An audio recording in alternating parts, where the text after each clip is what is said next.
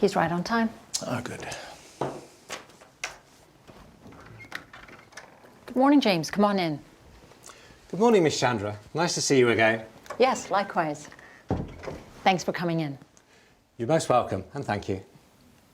James, I'd like you to meet Bob Johnson, Manager of Environmental Projects. How do you do? Very well, thank you. Nice to meet you, Mr. Johnson. And Joseph Cardinal, our Compliance Manager. Welcome. I won't shake your hand. I've got a cold. Oh, Mr. Cardinal, tell me about it. I've only just got over one myself. It's that time of year, isn't it? Make yourself comfortable, James. Thank you.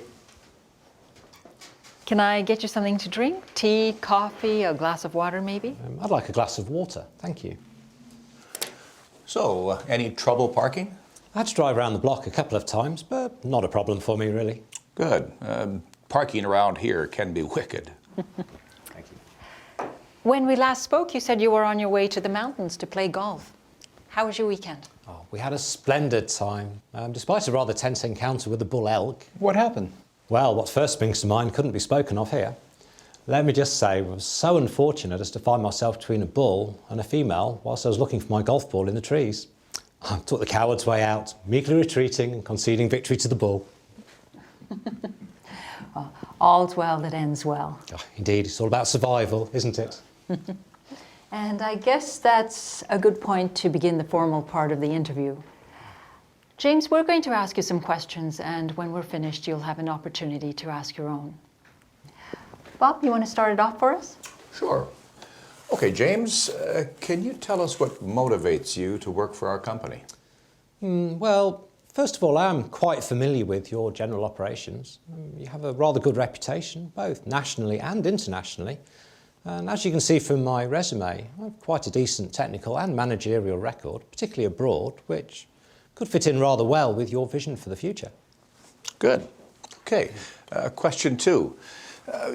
Tell us what interests you in this position with our environmental services as a senior project team leader.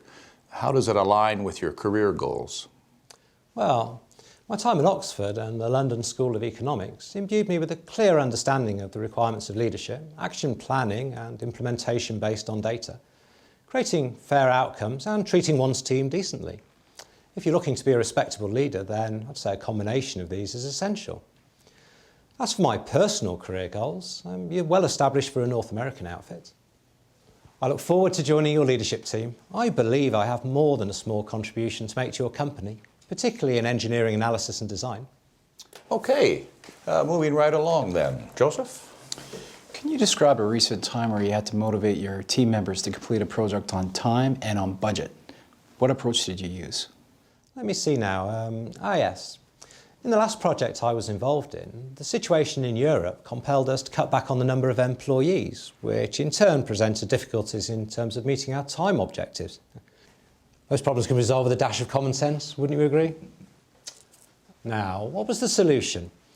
I drew up a tight schedule, set up clear goals, and I encouraged each member of the team to take responsibility for completion of one phase of the project.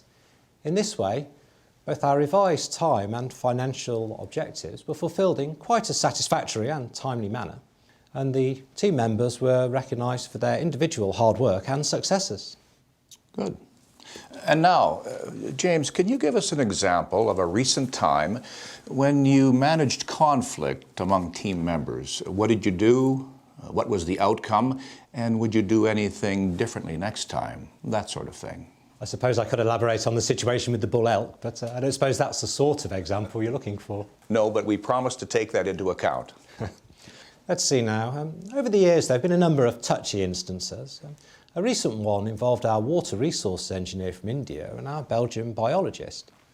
We ran a hydrologic analysis, and whilst they both agreed on the validity of the numbers, they strongly disagreed on the interpretation of the data. Without a clear view of the environmental risks, the project was at a standstill. What did I do? I shut the two malcontents in a room together and left them to sort it out. I'm not sure they ended up as friends, but they did come up with an acceptable proposal. What would I have done differently? I'd have locked them up a good deal sooner. Okay, Sashi, you're up. Thank you, Bob. Okay, one last question. Could you tell us what makes you a good candidate for this position? Well, Ms. Chandra, I believe that my educational qualifications are fairly decent, Oxbridge and the LSE and all. I believe that my recent experience, particularly in London and Geneva, would make me a highly suitable and, if I may say, profitable addition to your existing team. Thank you. We've asked you a lot of questions. Do you have one for us? I have two, if you don't mind. Firstly, I wonder if you could outline for me what advancement opportunities exist for someone with my skills and experience. Bob, you want to take this? Sure. This is a company where loyalty and hard work are rewarded. We have excellent opportunities for advancements in both the technical field and in management. And I'm sure you'll find that our salary range is more than competitive. And your second question? When could I expect to hear back from you? A week from today at the latest.